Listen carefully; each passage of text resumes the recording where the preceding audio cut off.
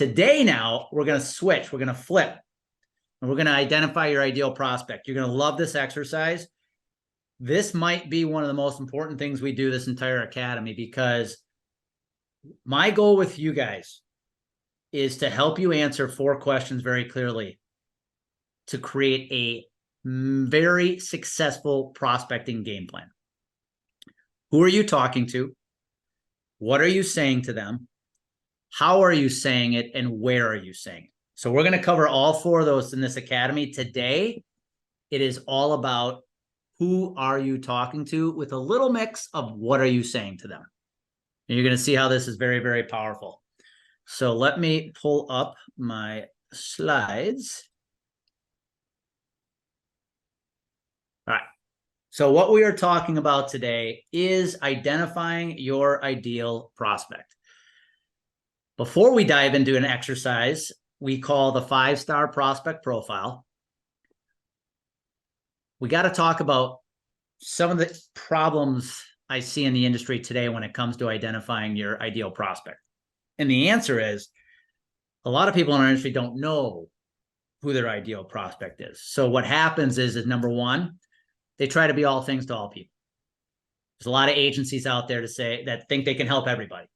Yeah, I know you probably could help most businesses, but let's be honest, when it comes to using marketing and your prospecting to attract the right people, you cannot be all things to all people. The other problem they make, or mistake they make, is they try to speak to everyone. So what ends up happening is most producers and agencies have a very boring and vanilla message because they're trying to talk to everybody. And that's how we get drowned out in a sea of noise, because if you try to speak to everybody, you end up speaking to no one. And here's the biggest challenge. I like to call it the traditional prospecting 2-step in this industry. What most do is they buy a big list of prospects who, by the way, have no clue who you are. And then we just hammer them with phone calls and emails. And we're not quite sure who we're trying to target. We've just been given this big list, and we just started making phone calls. And if you're like me, and I wasn't very good early in my career at cold calling, this became a nightmare. And so what we want to get really focused on is knowing exactly who we are trying to go after, because what I see far too often in this industry, and it frustrates me, is what I call the dejected producer. Somebody who's got a pipeline that's fairly empty. They find themselves constantly talking to disqualified or unqualified prospects. And they're really ticked off because they go home every night and they know they're so much better than the results they're getting. I will tell you guys, post-COVID, there are far too many producers sitting in this spot right here, because the way they prospected 5, 7, 10 years ago, if they've been around for a while, doesn't work like it used to. And something changed after 2020, and they haven't adapted their strategy. And so now they're finding it a very tough go trying to get opportunities by using what they used to use, and it's not working as effectively. And that's what the whole premise of this academy is, to help you fix that. So let me share my story with you guys real quick about, last week I talked about our move when I moved to Colorado in 2014, but let me talk to you about where I made a huge mistake. So when I got out to Colorado, if you remember the 2 questions from last week, I said, what makes you unique? And what do you do as well as anyone in your market?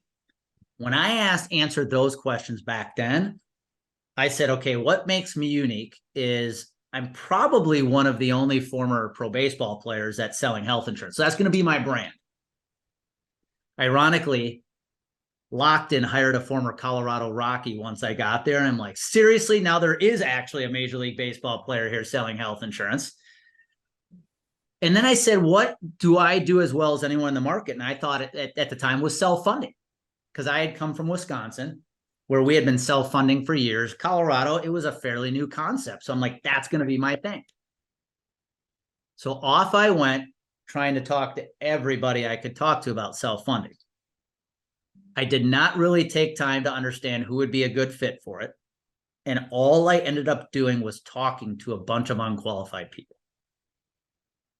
Number one, I was trying to sell HR professionals on self-funding as a benefit advisor. What's the mistake with that? They don't know math. They're not hired to know math or save money. So I would have these self-funded conversations with HR professionals who had no interest. And I was just talking to the wrong people. They had no desire. Cigna is the 800-pound gorilla in Colorado. These people thought Cigna was the cat's meow, and they were never going to leave, and they had no desire. So I spent my first year frustrated, thinking I had all this advantage against my competition, but I was just talking to the wrong people. And so eventually I had to sit down and say, all right, hold on here. Here was my epiphany, guys, by the way. When I moved out there, I was also handed, I ran our large group division. So any groups over 50 lives, I was in charge of. So I assumed some of our larger clients, and I can remember one of them was a self-funded group with Cigna. And I remember after the first couple of meetings, I realized they weren't a good fit. Here's why I knew that. This might resonate with you guys.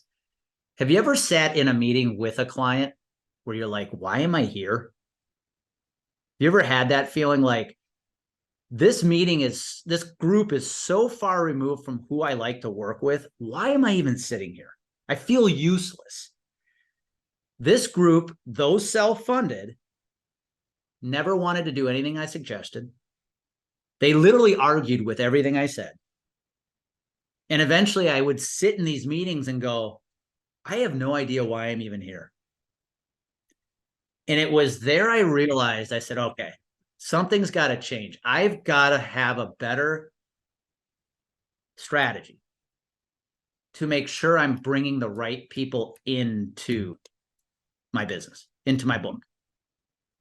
Because here's the reality. I will say this, and I get pushback on this sometimes. I would rather have a $500,000 book of business with people I love that are the perfect fit for me than $1 million book of business where half of my business frustrates the living heck out of me. Nick, you've been in the business how long? 4 years? Yep. Jeff, how long? 23. 23. And Matt? 20. 20.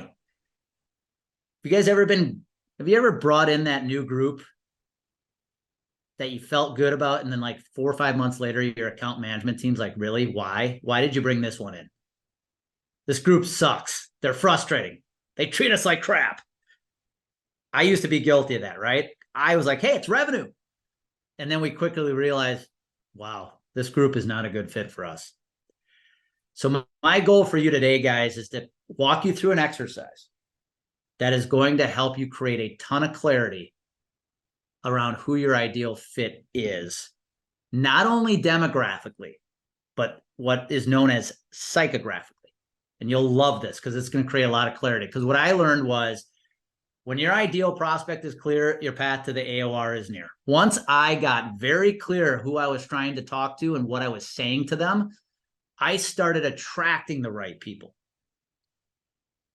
And what happened, truth be told, is I ended up with less opportunities, less sales opportunities sitting in my pipeline, but I won more because I had the right people in. I remember years ago, I used to sell commercial as well, Nick. Years ago, I'd feel so good on January 1st because I had 15 opportunities sitting in my pipeline. But the reality was 12 of them weren't going anywhere. But at least I could walk into the sales meeting saying, look at my pipeline. And it's like, yeah, but at the end of the day, there's about 2 or 3 that are actually potential wins. I'd rather have 7 in my pipeline knowing all 7 are potential wins. Make sense? Yep. So why do we want to identify our ideal prospect? Because we can't be all things to all people, and effective prospecting from a messaging standpoint requires you to be clear about who you're speaking to. So we are going to do an exercise called the 5-star prospect profile. A lot of my terms we use for our exercises do reference sports. Just like a 5-star athlete, 5-star prospect, we are going to develop your blue chip prospect. So what we're going to do is answer 5 questions very clearly. This first one is not a question we're going to answer, but it's how we kick it off. What we're doing is answering, who are you talking to? The first of the 4 pillar questions we need to answer for effective prospecting. So here's where we're going to start. I want you to look at your current book today and answer this question. Who's your favorite client today? What I want you to do is I want you to write down the name of the company and the name of the main contact you work with.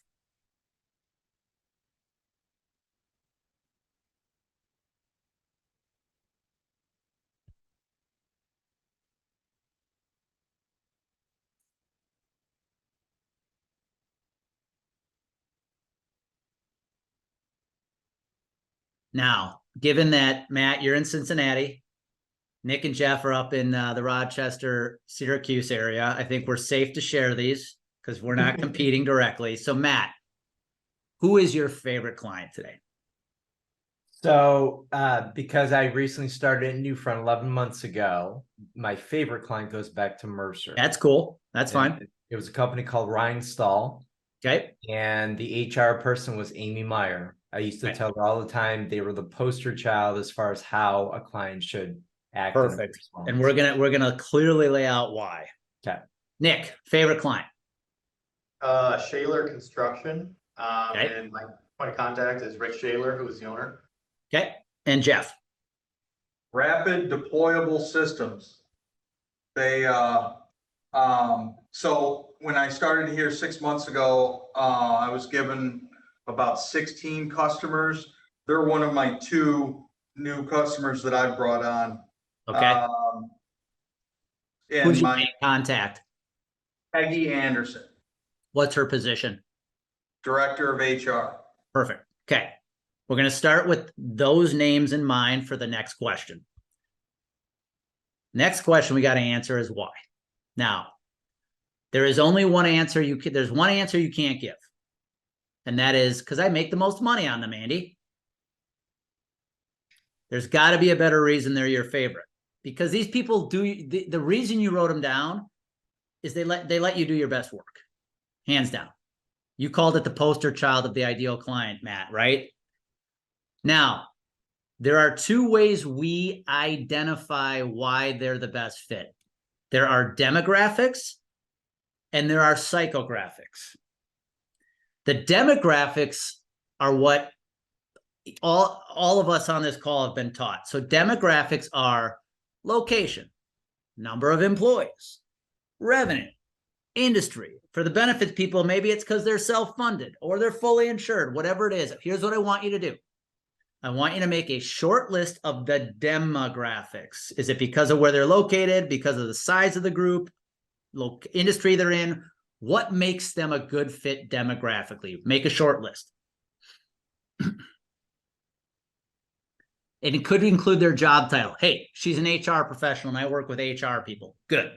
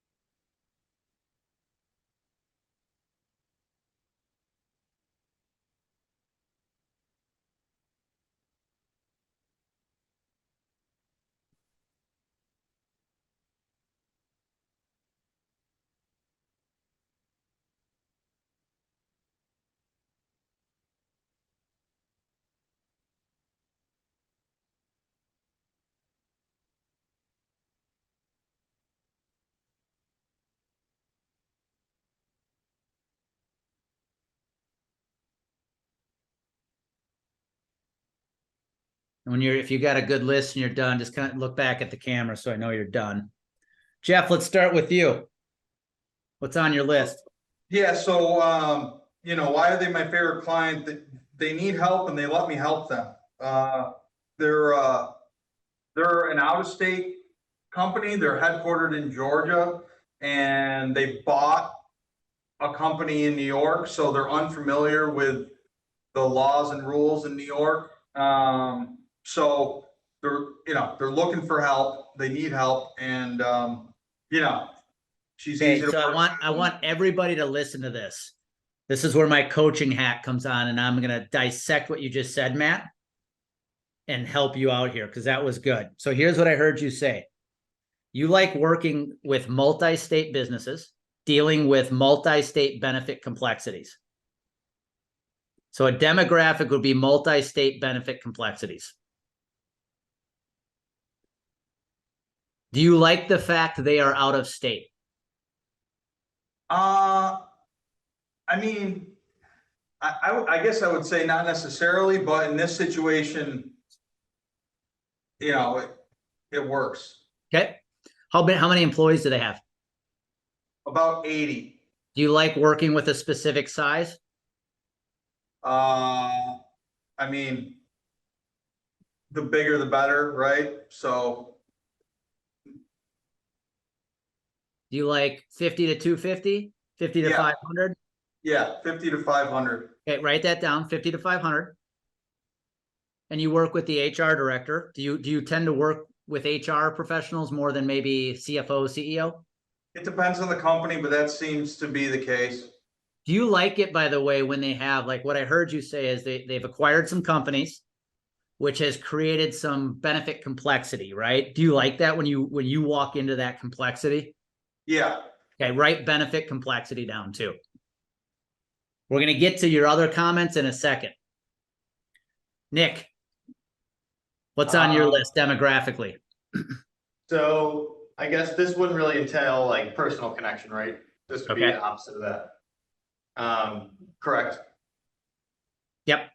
Okay, so I mean, on a demographic level, he's local here in Syracuse. We Okay. can get together, and really work out things in person, which I like doing as opposed to, the phone. Okay. So, he's a good size client. Define that for me. What does good size mean? They do about 10 million in revenue a year. Write that down. Tell me 10 million plus or 5 million plus, whatever that threshold is for you. And then the industry he's in, which is construction, Okay. we here at One Group have a lot of expertise and other resources other than myself that Okay. can help benefit the client Okay. in terms of risk transfer, risk management, things like that. So if I said to you, Nick, under the guise of local, Mhm. how far outside radius wise, outside of Syracuse, would you consider local? Probably within an hour and a half. Okay. So what I heard Nick just say, Nick, you like working with construction companies that do, 5, 10 million or more in business, located within 50 miles of Syracuse. Yep. Cool. Absolutely. We'll get back to, and now what might be going through your heads, guys, like, wow, it sounds so limiting. I'll come back to that in a second. Matt, what are your demographics? So for Rhinestall, I have organized, they were strategic, and it was a Okay. true partnership. Okay.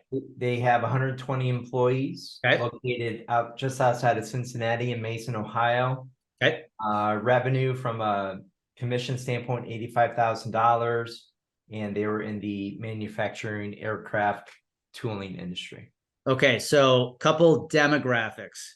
HR, do you typically work with HR? I prefer to work with HR. Anytime Okay, I've so had a that's CFO. one. Yep. Do you have a certain revenue metric you're trying to hit? You said 85,000. Is there a certain revenue you're told to focus on? 60,000 plus. 60,000 plus? Yep, Okay, 60,000. so it's got to be 60,000 plus. Definitely going to be in Cincinnati or that area? Or does that not matter? It doesn't matter.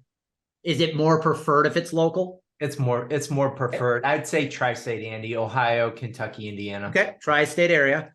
You said how many employees? 120? 120.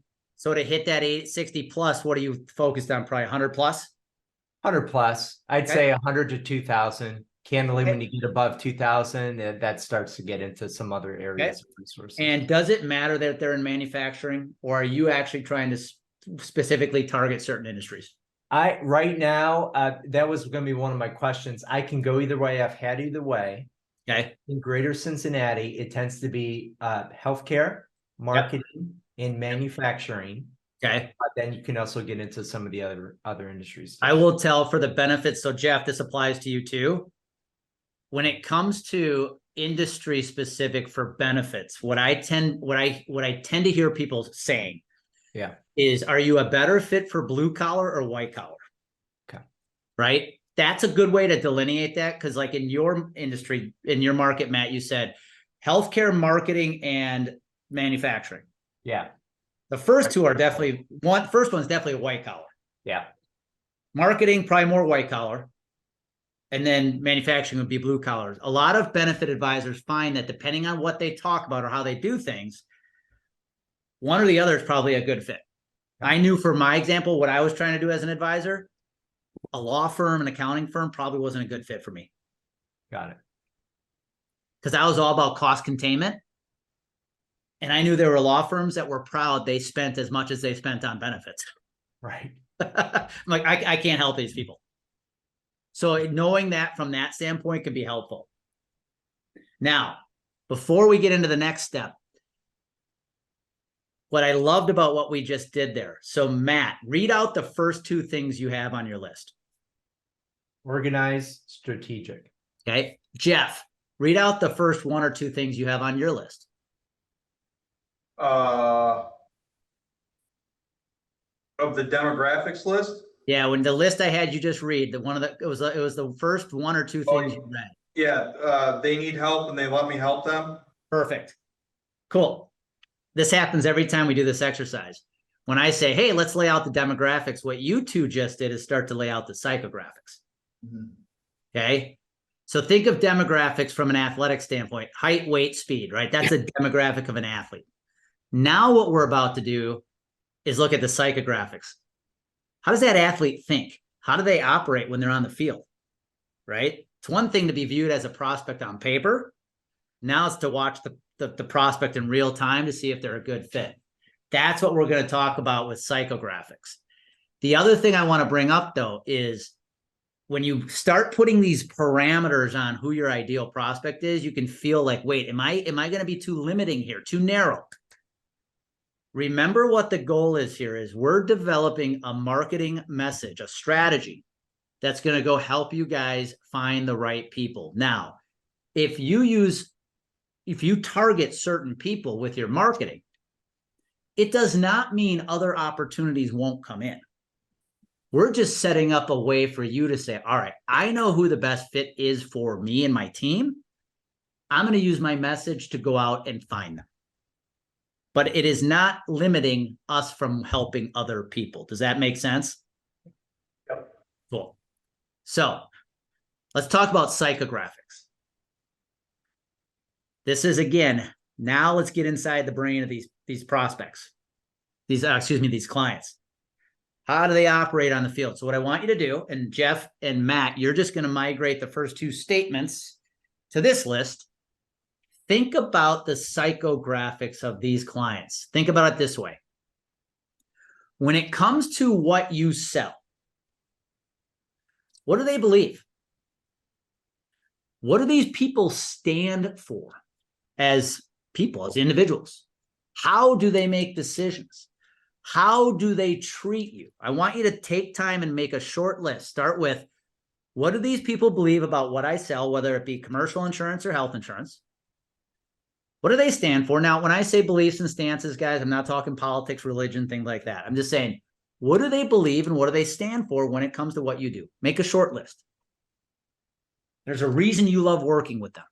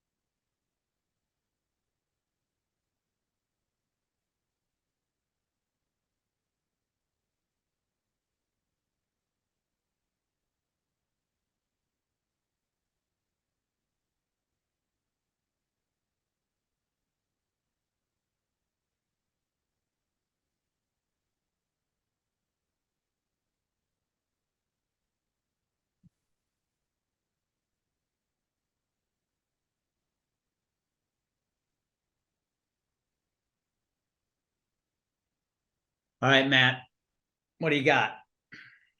So for Rhinestall, I think the thing that stood out the most, I mean, it's obviously organized, they were strategic and they partnered, but wellness, they believed in a culture of wellness Okay. that showed up in their renewals.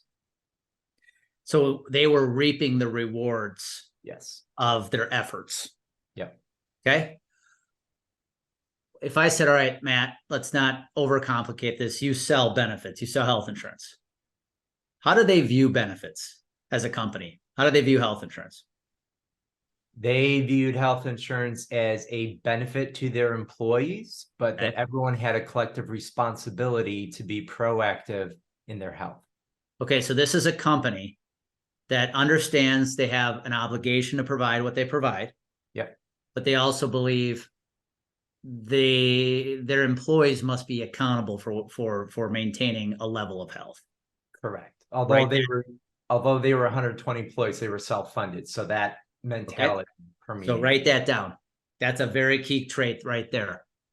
They know the importance of the benefits they offer. However, they also understand their employees have to be accountable to make this thing work. Jeff, how about you? Well, like I said, they're unfamiliar with New York, so they need help. They listen to my help. That they're also able to make decisions. They're decisive. We lay out what the options are and they make a decision. Right. Not speaking specifically to this customer, but if I'm looking at psychographic words that I want in a customer, I would say loyal. That's just the first one that came to mind. Okay. And then the other one that frankly, puts them on the list is every time I get them an answer, they tell me how thankful they are that I'm Awesome. a broker, so it's just Awesome. good to hear rather than getting kicked in the teeth. Absolutely. One thing you said that really stood out for me kind of comes back to the benefit complexity. Do you find it important that when they came upon complexity, they were open enough to take advice? Yeah. That's a very big piece, I think, is if you like walking into complexity, because that's something you do well, it requires the companies dealing with it to be open-minded to seek help. Make that note. That's important because a lot of them are not. They think they can handle it. They think they know better than anybody else, and they end up finding themselves in more trouble. All right, Nick, how about you? I guess this client in particular, from the start, he was in a complex situation when he came to us. And due to some, I guess you could say mistakes of his previous agent, which is the reason we won the business in the first place. So he, really took what we had to say seriously and, applied it to his business. So I think he's someone that, will take our advice, not just for granted, and actually takes it into consideration, and applies it to his own business to better it. So I think that is, someone that I like working with. He's also someone that views insurance itself as something that's important, not just insurance, but risk transfer. A lot of construction business owners just kind of take it for granted and, don't really know why they're buying it, don't really care to, but he takes it pretty seriously. He writes his own contracts, has us, review them for him.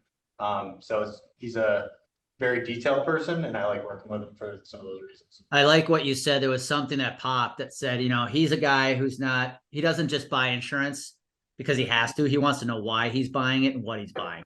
Yep, exactly. Key. All right. So why psychographics, guys? Look at those people on your piece of paper. And if I ask you this question, there's a reason. Why are they your favorite? The answer is because you and them are psychographically aligned. Is that a yes? Yes. Yep. If I said, what do you believe about what you do or what you sell? Do your beliefs and their beliefs feel like they are in alignment? That's why they're the best fit for you. This comes back to they let you do your best work. Now, here's the key. Why did we just do that exercise? Because when you put a message out there to attract prospects, by the way, this can even impact your script on the phone. You got to talk about the psychographics more. Demographics alone cannot identify a prospect. This is very important to you, Nick, in the commercial space, because I think commercial more than any others like to niche into industries. But here's why demographics alone cannot be the only indicator of a good client or a good prospect. I've never had an advisor say to me, my favorite client, Andy, is ABC Manufacturing because they're a manufacturer. The owner's a jerk. He treats me like crap. He never wants to do anything I suggest, but they're a manufacturer, so they're my favorite. You love them because of all the psychographics. However, when we look at marketing, what do we tend to put in the marketing, the message? The demographics. Think of it this way. If you were I want to use the word victim, but you're part of a criminal case and they're lining all the suspects up against the wall. That's the demographics put all the suspects up against the wall. The psychographics are what make the right ones take a step forward. Make sense? So the more we can use the psychographics in our message, in our marketing, the better it's going to be. Because if you're talking to somebody who has that belief, you're going to resonate with them. Matt, you pick up the phone and say, hey, I work with businesses in Cincinnati who view benefits as an important thing. However, they might be a little frustrated right now because they're like, we need our employees to be more accountable to make this thing work. Yeah.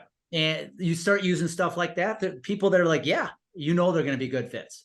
Yeah, I mean, right now I'm in the middle of a 2-week talk track on just posting about our technology, but I'm already starting to think, okay, how do I introduce more of that psychographic language that's going to appeal to those prospects? Here's how you want to think about this, guys.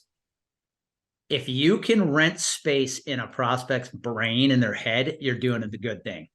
And the more we talk about what they're thinking or what they're believing and going through, the more you're going to rent space in their head. Now, we go to question 3. Now, for this question, you can switch away from your prospect or your favorite client, because maybe this won't apply to them, and that's okay. And just look at your business in general. And I want you to answer this question. What problem do you solve? Now, the natural response is going to be, Andy, I solve a lot of problems. Prospects come in all different flavors and sizes. I agree. But I bet there's one problem you absolutely love solving, that when you come upon it, you're like, yes, this is my jam. So let's think about that for a second. Is there one problem that you love solving more than anything else in your business?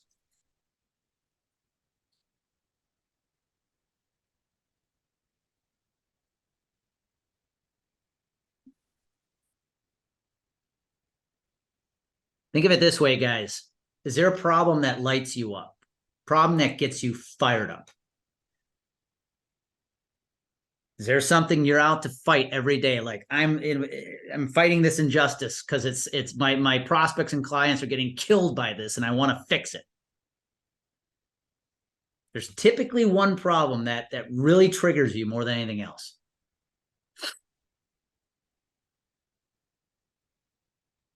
Here's a hint, guys. Here's a little cheat sheet. Remember the question I asked you last week? What do you do as well as anyone in the market? I'm going to go out on a limb and say your problem you love solving is somehow tied to that. Here's how we'll figure this out. We'll do it right here. Nick, what is the one thing you do as well as anyone in the market? I'm trying to remember. It was reviewing and finding gaps in coverage. Finding gaps in coverage. So Yep. What problem might you love solving? Finding gaps in coverage for different businesses. When you run into a prospect where you see a gap, do you get excited? You get fired up? Yep. Write it down. Hold that thought. Jeff, What was the one thing Um, you want to become known for? What's the one thing you do as well as anyone in the market? I guess I'm gonna say, educating employees, not Okay. just on how their benefits work, but the value, fixing the guys that say my insurance sucks when their company is spending $2 million on their insurance, that's probably my favorite thing. Now I want to come back. Here's what I love about that, Jeff. You really love educating employees, right? Mm-hmm. So go back to your favorite client. I will actually go back to your favorite client. What was one thing you loved about your ideal client? Benefit complexity. Do you think one of your competitive advantages personally is you're a very good educator? So when people deal with complexity with their benefits, whether it's a company acquiring another company or an employee who doesn't understand what they have, you shine. Yeah, You love that. yeah. There's your problem. You love solving complexity. Nick loves solving coverage gaps. You love solving complexity. Matt, how about you? I love solving lack of direction and focus, so that translates Mm. into strategy. To more details, we use technology to take a client that's disorganized, lacks direction, it's inefficient. We show them how we can formulate all of that into a very clear goal. I would say your problem then is either a lack of direction or a lack of focus. When you run into a group who's willing to admit they lack direction or focus, do you get excited? Yes. Cool. Now, again, you might be staring at me saying, cool, Andy, but I can solve a lot of problems. I get it. But the more we can spend our prospecting message, guys, getting you to become known for one thing, the better it's going to be. Jeff, if I can get you become known as the guy who is the best educator when you deal with benefit complexity, whether it's your own plan or your employees, he's your guy, better it is. Nick, when you run into construction companies who know they may have gaps in their coverage, Nick's your guy. Matt, we feel like we lack direction right now with our benefits. I feel like we're just making the same old decision every 12 months. We need something more. Matt's your guy. Yep. This is how you become known for one thing. And the more you become known for one thing, the better it's going to be for your business. Trust me on this. And you'll see how this plays into your messaging. Now, with problems, guys, there are 3 levels of problems, 3 layers of problems. We've got the external problem, which is what we just talked about. Coverage gaps, benefit complexity, lack of focus, lack of direction. That's an external problem. I want you to take a minute and literally just write internal down with those problems in front of them. I want you to look at your prospect, your ideal prospect who's dealing with that problem you love solving. And I want you to start writing down what might be going on in their head. If they are looking at themselves in the mirror with the doubts, what are they saying to themselves when confronted with this problem? What are they saying to themselves that they might not even be willing to admit to you? Just write down a couple things. When dealing with the problem, so Nick, when they face a coverage gap, Jeff, when they face complexity, crap, we just bought a new company, but they're in New York, we're in Georgia. Matt, what are we doing with our benefits? We feel like we lack direct. What are they telling themselves right now? What are the emotions going through them? That's the internal problem.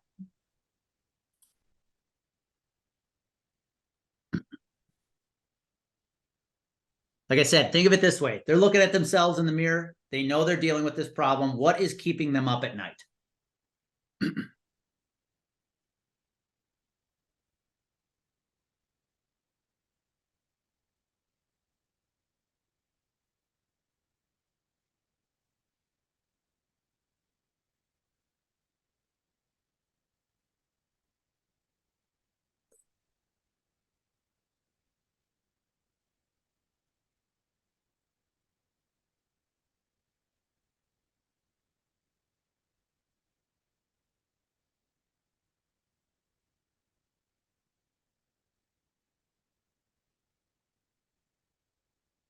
All right, Nick, what do you got for me? That they could lose their business if they have an uncovered loss. Okay.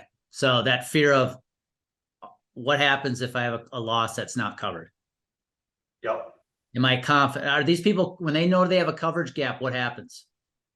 I guess it depends on, the type of buyer. Some people brush it off like it's no big deal, and those are typically people that I wouldn't love working with, but then Not other a people good take fit, it yep. actually into consideration. And want to make the adjustments even if it costs a few more dollars out of their pocket initially. You want the ones that say OSHIT, what if? Yep. Jeff, I'm So- now dealing with a new complex issue with my benefits or employees don't, what are these people saying? Well, we don't understand. We don't know, right? We don't understand what needs to be done, what's required. The other thing that was different with this specific group is they were taking 80 employees from 1,500 person company, so they were worried that they wanted to keep the benefits the same or as close to the same as possible, and needed to get it done in a short amount of time. I think as far as an internal problem goes, you said it well. When they are dealing with it, they're sitting there going, I'm not the expert. I don't know this stuff. What the heck do I do with this?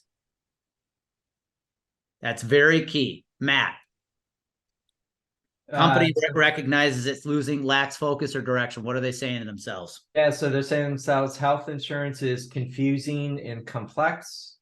Renewals that are 3 times the rate of inflation are just the norm. We just have to deal with it. And benefits are a boilerplate. We're just reactive to year in, year out. Yeah, we lack focus. We're reacting. We're making a 12-month decision. I feel like we're doing the same thing every year. We're just getting worse results. Yep. These are all the things, guys, that rent space in your prospect's mind. The more we put that in our message, the better it's going to be. That's why we spend time doing this. It's one thing to say your health insurance is expensive. That's an external problem, right? It's another to talk about what you're saying to yourself as a result. When prospects feel like you're talking directly to them because this is exactly the thoughts they have going on in their head, you are going to connect that with them at a level no other competitor is connecting with them at. This is how your marketing, your prospecting message gets them to go like this. Raise their hand. We got to talk about psychographics and internal problems as much as we do anything else. We love to focus on demographics and the external problems, but the better we get at talking about the psychographics and the internal problems, the more we're going to get the right people to come towards us. Make sense? Yep. Now, question 4. You just figured out who your favorite client is. So who's your target? Why? What's the problem you love solving? The next step question is, what is your process for solving it? So I want you to go to a specific example. And this is going to be a hard exercise, but you'll see why it's important. Go to a specific example. Maybe it's your ideal client, your favorite client, where you ran into the problem you love solving. And I want you to write 3 or 4 things you did to solve it. The last time you walked into a prospect or a group that had the problem you love solving, what were the 3, maybe 4 things you did to solve it?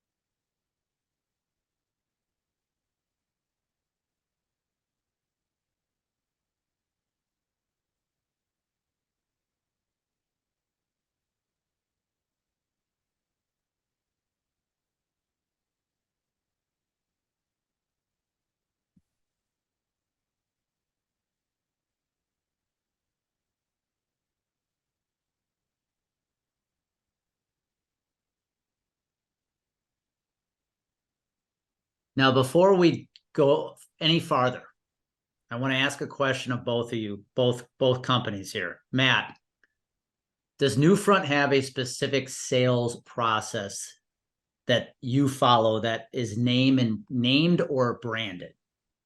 No. Good. Nick and Jeff, do you guys have a specific sales process you follow at One Group that is named and branded? Not necessarily. We try to do some things, you know, in a structured order, but I feel like it's different for every. Okay, cool. So let's start, Jeff, I'm going to start with you. Sure, process would be gather as much data and information as possible. Okay, Speak to different levels of the company, get an understanding of what's working and what's not. Come back to them with a detailed game plan and how we can and will fix it, and then follow through with what we say. Okay, so I want everybody to hear this. You're going to be like, Andy, this is common sense. You'll see why this is important. So here's what I heard, Jeff. First step is gather data. Second step is communicate. Right? And you said communicate. Maybe that might even be educate. Yep. Third step was, what did you say for part 3? You said come to them back. with a game plan. Okay. Step 3 could be game plan or the plan. Step 4, execute. So data, gather data, educate, strategy, or create the game plan and execute. Just write those down. Humor me for a second. Gather data, effective education, develop the game plan, execute. Matt, how about you? Yeah, mine's very similar. Start by gathering the data, understand what their problems are so I can identify them. Okay. Something I started doing recently, Andy, that another rep suggested. I also asked them what their current broker does that's really well that they enjoy. So I Okay, can make sure that perfect. I'm identifying that we do the same thing. Okay. So you said gather data, understand. Understand problems. Okay. Then we talk about Newfront solutions.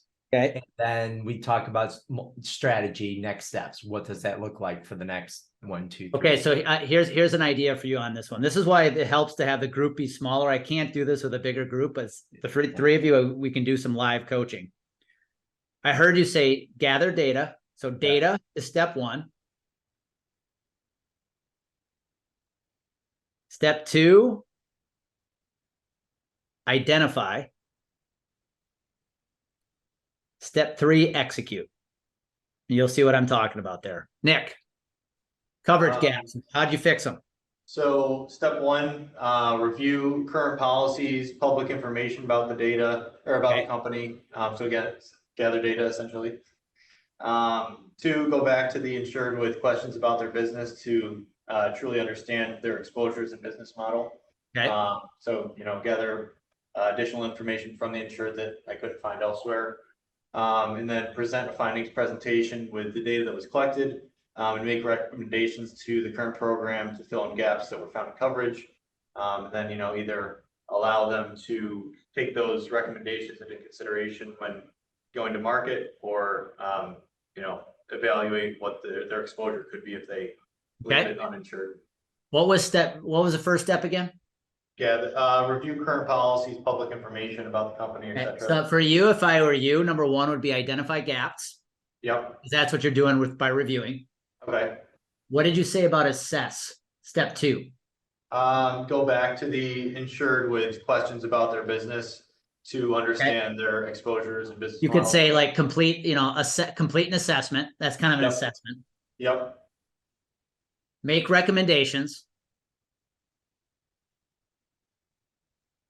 Fill the gaps. Yep. I know it sounds weird, but here's what I'm talking about, guys. Think about those in a matter of a few minutes. Nick, yours happens to be 4 steps. Everybody else was 3 steps, I think. Maybe Jeff, yours was 4 too. Look at those 4 steps. Okay. Is that a process you could repeat with every prospect? Yes. That's the whole point.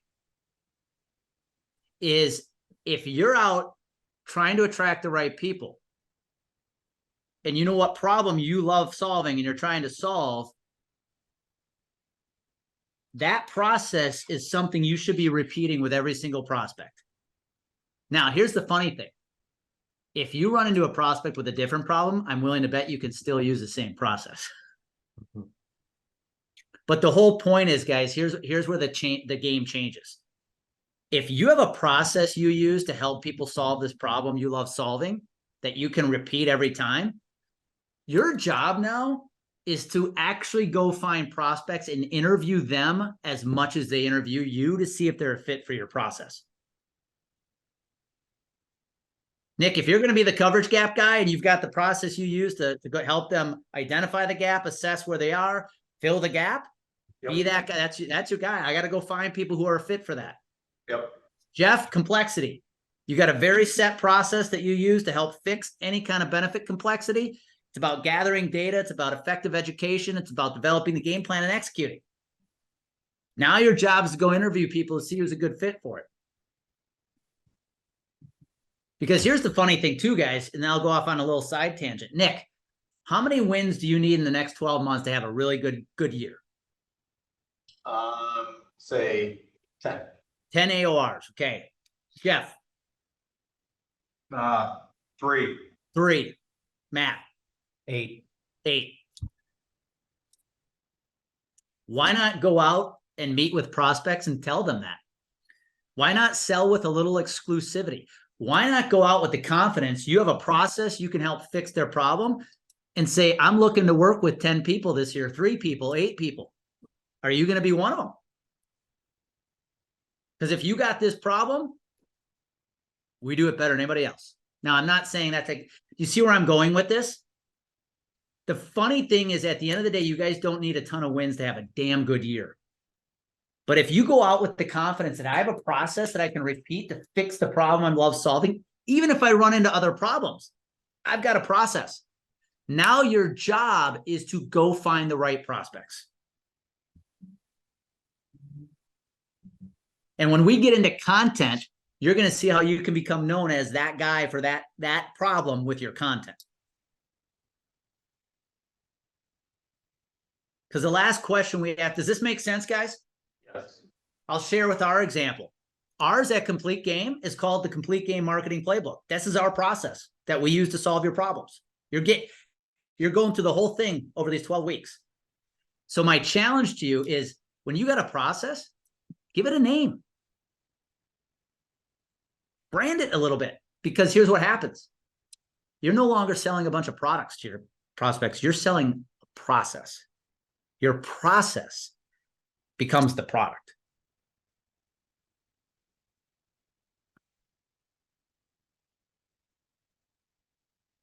Now, the last question you have to answer before we wrap up for the day is, now that you have taken them through your process, what result does your process create? What does their life look like now that they have gone through your process? And here is a very big hint. It should be just the opposite of the problem they were dealing with in the first place.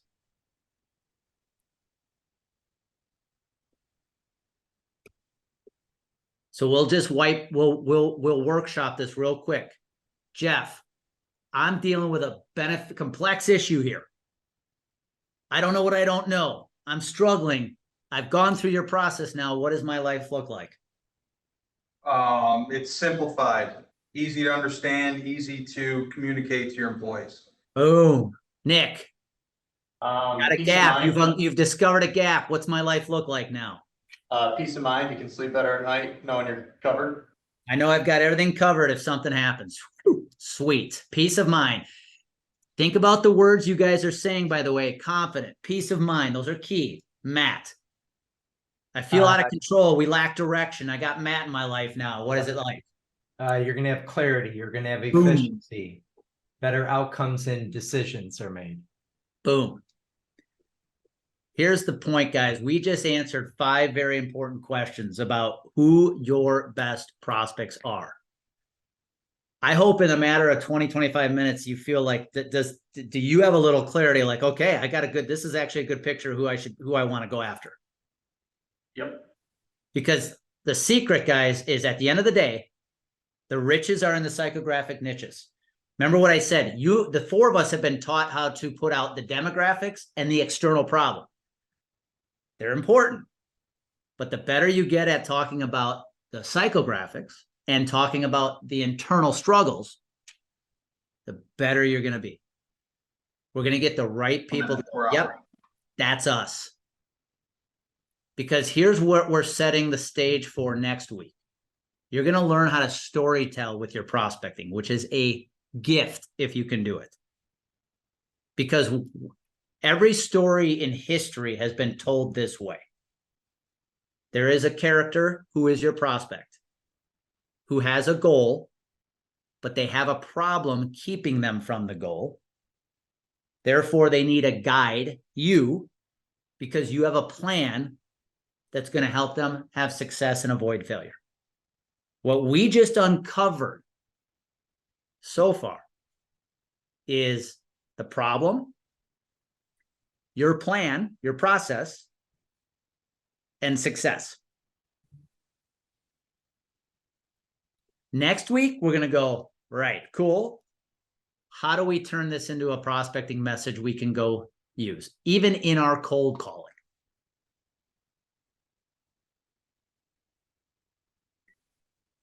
Any questions? We're getting kicked out of our room. Last homework, and then I'll let you roll. Here's your homework assignment. I want you to go on LinkedIn in the next week, and I want you to use the demographics. So like head count, location, job title. I want you to start making a few LinkedIn connections, even though we're not at the LinkedIn module yet. Make a couple LinkedIn connections using some of the demographics, because you can't use psychographics and filters on LinkedIn. You can use demographics. And I want you to make a few LinkedIn connections with potential prospects. And I'm going to send this to you guys because you're going to use this script right here. Okay, yeah, we're out. We're done. All right, guys, let you roll. Got your homework. I'll see you next week. Thanks, Andy. See you guys.